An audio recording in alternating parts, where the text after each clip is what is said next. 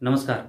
गेल्या 2 दिवसांमध्ये आपण एका वेगळ्या विषयावरती चर्चा केलेली आहे. खरं तर अनाथ आरक्षण, अनाथ प्रमाणपत्र या संदर्भामध्ये यापूर्वी देखील 2016 पासूनचे सगळे शासन निर्णय, त्यातील बारकावे या संदर्भामध्ये आपण व्हिडिओज अपलोड केलेले होते. पण यावेळेला पुन्हा एकदा आत्ताचा जो रिसेंटचा अनाथ आरक्षणाच्या संदर्भातला जो शासन निर्णय आहे, त्या संदर्भानं जरी विचार केला तरी काही मुद्दे समोर आले होते, काही प्रकरणं समोर आली होती.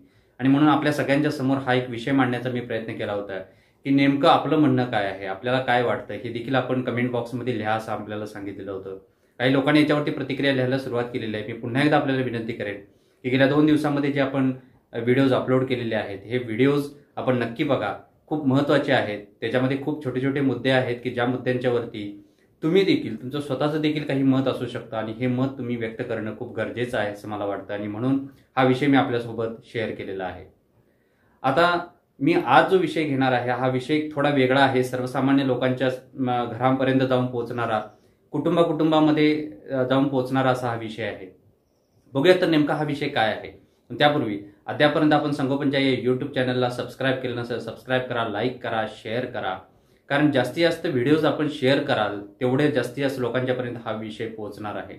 आपले हे जे विषय आहेत, आपला कंटेंट जो आहे हा अल्पवयीन मुलांशी संबंधित आहे, पण त्याचबरोबर प्रौढांनी हा विषय समजून घेण्यासारखा आहे. संगोपन मासिकाच्या माध्यमातून देखील आम्ही असेच विषय मांडत असतो की जे अल्पवयीन बालकांच्या सोबत काम करत असताना खूप महत्त्वाचे आहेत. म्हणजे प्रत्येक कुटुंबातल्या बालकासोबत देखील आपल्याला ज्या पद्धतीनं वागणं गरजेचं असतं, बोलणं गरजेचं असतं, त्या संदर्भातले विषय आपण हाताळत असतो. आणि त्यामुळे बालकांच्या सोबत काम करत असताना, बालकांच्या सोबत वागत असताना प्रौढांनी कशा पद्धतीनं ते विषय समजून घेतले पाहिजेत, हा विषय आपण संगोपन मासिक किंवा संगोपनच्या या यूट्यूब चॅनलच्या माध्यमातून व्यक्त करण्याचा प्रयत्न करत असतो, मांडण्याचा प्रयत्न करत असतो. तर बघूयात आपण की आजचा विषय काय आहे. बघा, आजचा विषय घेत असताना एक गोष्ट आपण लक्षात घेतली पाहिजे की आज 14 नोव्हेंबर. आपल्याला 14 नोव्हेंबरचं महत्त्व कदाचित माहिती असेल. ही 14 नोव्हेंबर म्हणजे बालदिन. बालदिनाच्या निमित्तानं वेगवेगळे कार्यक्रम होतात आणि बालदिनाच्या निमित्तानं पुढे एक आठवडा म्हणजे एक सप्ताह हा बाल अधिकार सप्ताह म्हणून साजरा केला जातो.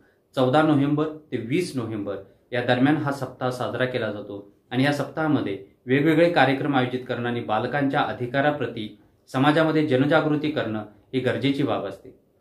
आज मी तुम्हाला सगळ्यांना, ज्यांच्या घरामध्ये, ज्यांच्या शेजारी लहान मुलं आहेत, अशा सगळ्या लोकांना मी एक टास्क देणार आहे. तो टास्क असा आहे की तुम्ही या व्हिडिओच्या खाली कमेंट बॉक्समध्ये लिहून कळवायचं आहे की तुम्हाला नेमके कोणते बाल अधिकार माहिती आहेत, मुलांचे कोणते अधिकार तुम्हाला माहिती आहेत.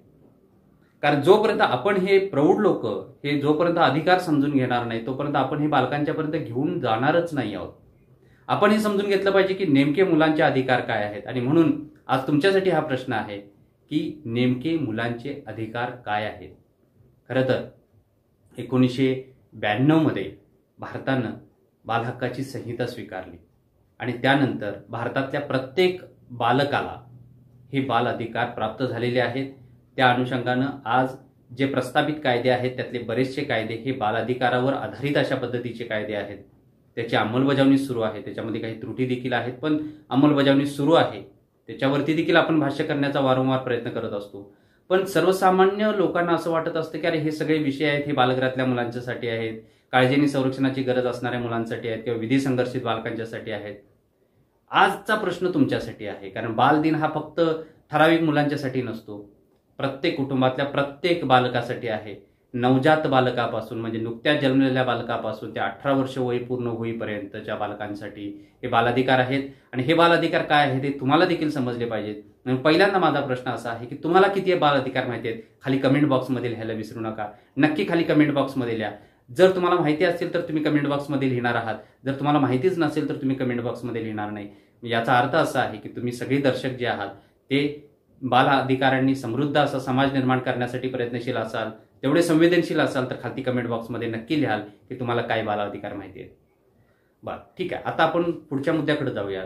आता मला सांगा की आपल्या कुटुंबातल्या म्हणजे तुम्ही ज्या कुटुंबामध्ये आहात त्या कुटुंबाचे सदस्य आहात, अशा तुमच्या कुटुंबातील एखादं बालक वसतिगृहात असेल, आश्रमशाळेत राहत असेल, निवासी संस्थेमध्ये राहत असेल, कोणत्याही, मग बालगृह असेल किंवा वसतिगृह असेल, आश्रमशाळा असेल किंवा कॉन्व्हेंट स्कूल काही निवासी आहेत त्यांच्यामध्ये राहत असतील, अशा लोकांनी सुद्धा हा विषय समजून घेण्याची गरज आहे की तुम्हाला काय वाटतं की बाल अधिकारांनी समृद्ध अशा पद्धतीचं आपलं हे पालकत्व आहे का, की आपण आपल्या मुलांना हॉस्टेलमध्ये किंवा आपण बोर्डिंग्जमध्ये त्यांना दाखल करतो आहोत, त्यांना तिथे शाळेसाठी त्यांना चांगल्या सुविधा मिळाव्यात, त्यांना चांगले संस्कार व्हावेत म्हणून आपण मुलांना त्या संस्थांमध्ये दाखल करतो आहोत का?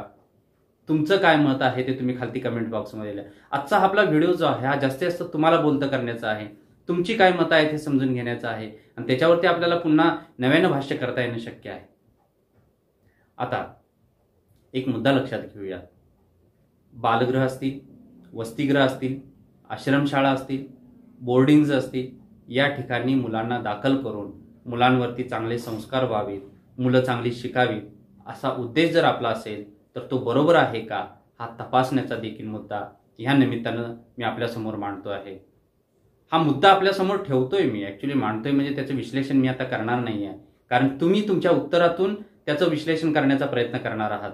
तुम्ही सांगणार आहात की बाल अधिकार सप्ताहामध्ये आपण ह्या गोष्टीचा विचार करणार आहोत का, की ज्या मुलांना आपण जन्म दिला, आपण त्यांना सांभाळतो आहोत आणि अशा मुलांच्यासाठी ज्यांचे निर्णय घेण्याची क्षमता ही आपण आपल्या प्रौढांच्याकडे ठेवलेली आहे आणि अशा परिस्थितीत आपण मुलांना वसतिगृहामध्ये, आश्रमशाळेमध्ये, बोर्डिंग्जमध्ये, बालगृहामध्ये दाखल करतो आहोत. अशा वेळेला त्यांचे बालाधिकार आपण सुरक्षित करतो आहोत असं आपलं मत आहे का, हे आपण या व्हिडिओमध्ये नक्की सांगायचं आहे. आता ह्याला जोडून आणखीन एक विषय मी मांडतोय. तो विषय असा आहे की गेल्या 2 दिवसामध्ये आपण जे व्हिडिओज अपलोड केलेले आहेत या व्हिडिओमध्ये आपण अनाथ प्रमाणपत्र, अनाथ आरक्षण या संदर्भातले मुद्दे मांडलेले आहेत.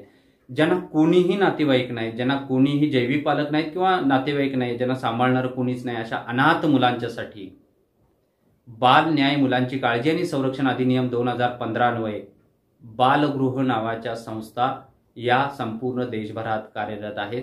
महाराष्ट्रात देखील अशा बालगृहांची संख्या खूप मोठी आहे. प्रत्येक जिल्ह्यांमध्ये अशी बालगृह आहेत आणि त्यामुळं मी पुन्हा एकदा सांगतो आपल्याला की बालगृह ही काळजी आणि संरक्षणाची गरज असणाऱ्या मुलांसाठी आहेत, म्हणजे अनाथ मुलांचा देखील याच्यामध्ये समावेश होतो. अशा अनाथ मुलांना या बालगृहाव्यतिरिक्त इतर कोणतीही संस्था आपण खूप मोठं सामाजिक काम करतोय म्हणून जर सांभाळत असेल तर बाल न्याय कायद्याच्या कलम 41 नुसार हा गुन्हा आहे. मी पुन्हा एकदा सांगतो आपल्याला की ज्या मुलांना आपण सांभाळतो आहोत ती जर अनाथ, निराधार ह्या व्याख्येत बसणारे असतील तर अशी मुलं आपण कलम 41 बाल न्याय कायद्याच्या कलम 41 नुसार सांभाळता येत नाहीत. प्रत्येक जिल्ह्याला बाल कल्याण समिती नावाची एक न्यायालयीन खंडपीठ आहे जे मुलांसंदर्भात काळजी आणि संरक्षणाच्या दृष्टीने निर्णय घेत असतं आणि ह्याच बालकल्याण समितीकडून बाल न्याय कायद्यानुसार मान्यता प्राप्त बालगृहामध्येच ही बालकं दाखल केली जातात. इतर संस्थांच्या मध्ये जर निवासी संस्थांमध्ये अशी बालकं जर दाखल असतील आणि जर तुम्ही म्हणत असाल की आम्हाला ह्यातलं काही माहिती नव्हतं आणि म्हणून आम्ही सांभाळतो आहोत किंवा त्या मुलांना अनाथ आहेत म्हणून आम्ही सांभाळतो, आम्ही खूप मोठं सामाजिक कार्य करतो असं जर आपण म्हणत असाल तर हे चूक आहे. हे कायद्यानुसार योग्य नाही, हे कायद्याला अभिप्रेत नाही.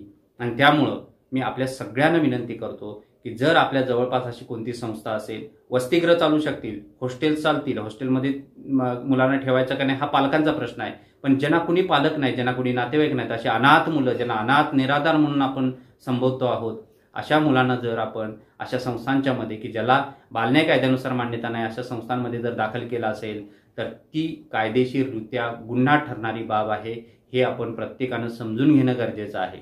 बरेचदा बरेचसे डोनर असतात, देणगीदार असतात, हे स्वेच्छेनं काही देणगी देण्याचा प्रयत्न करत असतात आणि अशा संस्थांमध्ये जातात आणि त्यांना ही अनाथ निराधार मुलं आम्ही सांभाळतो असं सांगितलं जातं आणि त्यांना आपण भरभरून देणगी देण्याचा प्रयत्न करत असतो. पण मुळात हे लक्षात घ्या की ही संस्था बाल न्याय कायद्यानुसार मान्यता प्राप्त आहे का? इतर कायद्यानुसार असेल, म्हणजे धर्मादाय कायद्यानुसार असेल किंवा संस्था नोंदणी अधिनियमानुसार नोंदणी झालेली असेल, पण बाल न्याय कायद्यानुसार जर नोंदणीकृत झालेली नसेल, बाल कल्याण समितीनं अशा बालकांना दाखल आदेश दिलेले नसतील तर अशी मुलं ठेवणं हे कायदेशीररित्या गुन्हा आहे. हे करणं योग्य नाही आहे. आपण असं जर करत असाल तर कृपया मी तुम्हाला विनंती करेन, अजूनही वेळ गेलेली नाही आहे, आपण आपल्या जिल्ह्याच्या बाल कल्याण समितीसमोर किंवा महिला आणि बाल विकास विभागातील अधिकाऱ्यांच्या समोर या बालकांना तुम्ही सादर करू शकता। तिथून ते बालकल्याण समितीसमोर आणलं जाईल आणि बालकल्याण समितीकडून अशा बालकांना बालगृहामध्ये दाखल केलं जाईल। मूळ मुद्दा मी स्पष्टपणानं अगदी सांगितलेला आहे। अशी अनेक संस्था आहेत की ज्या निवासी संस्था चालवतात।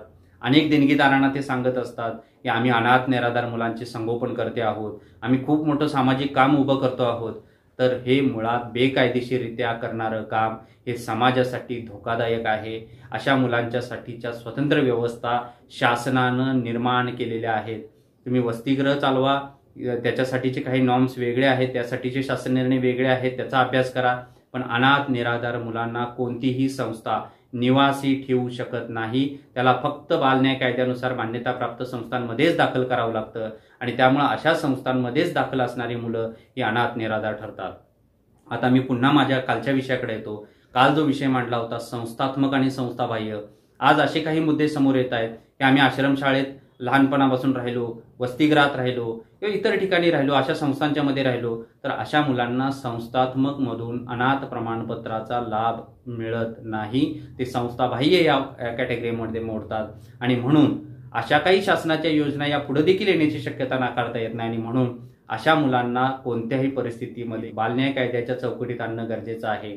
आणि म्हणून मी आपल्याला पुन्हा एकदा सगळ्यांना विनंती करतो, जे संस्था चालवतात अशा संस्था चालकांना देखील विनंती करतो किंवा जे आपण दर्शक आहात, आपण जे काही बघणारे लोक आहोत, या सर्वसामान्य लोकांना देखील सांगतो, आपण देणगीदार असाल, आपण कोणत्याही संस्थेत जात असाल तर सामाजिक दृष्टिकोन ठेवत असताना कायदेशीर भान जपणं हे देखील फार महत्त्वाचं आहे, हे विसरून चालणार नाही। आपल्याला हा व्हिडिओ कसा वाटला खाली कमेंट बॉक्समध्ये लिहायला विसरू नका। लाईक करा, शेअर करा आणि मी जे आधी सुरुवातीला जे प्रश्न मांडलेले आहेत या प्रश्नांची उत्तर मात्र आपल्याकडून अपेक्षित आहेत। आपण मनमोकळेपणाने हे उत्तर द्यायला लागा, कारण बाल अधिकार सप्ताह सुरू आहे। या सप्ताहामध्ये आपले जास्तीत जास्त साक्षरता वाढवणं हा देखील एक महत्त्वाचा आणि मूलभूत बदल आपण या समाज व्यवस्थेमध्ये निर्माण करूया। समाज आपण बाल अधिकारांनी समृद्ध करण्याचा प्रयत्न करूया आणि मग आपण ग्राम बाल संरक्षण समिती किंवा वॉर्ड बाल संरक्षण समिती या घटकांकडे पण येणार आहोत, कारण तिथं प्रत्येक नागरिकाला जर बाल अधिकार माहिती झाले तर साहजिकच आहे की वॉर्ड बाल संरक्षण समिती किंवा ग्राम बाल संरक्षण समिती या समित्या सक्षम व्हायला लागतील आणि मग एकंदरीत समाज व्यवस्था ही अधिक सक्षमपणानं बालकांच्या अधिकाराप्रती काम करायला लागेल। चला तर बघूया तुमची उत्तर कशी येतात आणि त्याच्यावर मी पुढचा व्हिडिओ देखील करण्याचा प्रयत्न नक्की करेन। तोपर्यंत धन्यवाद।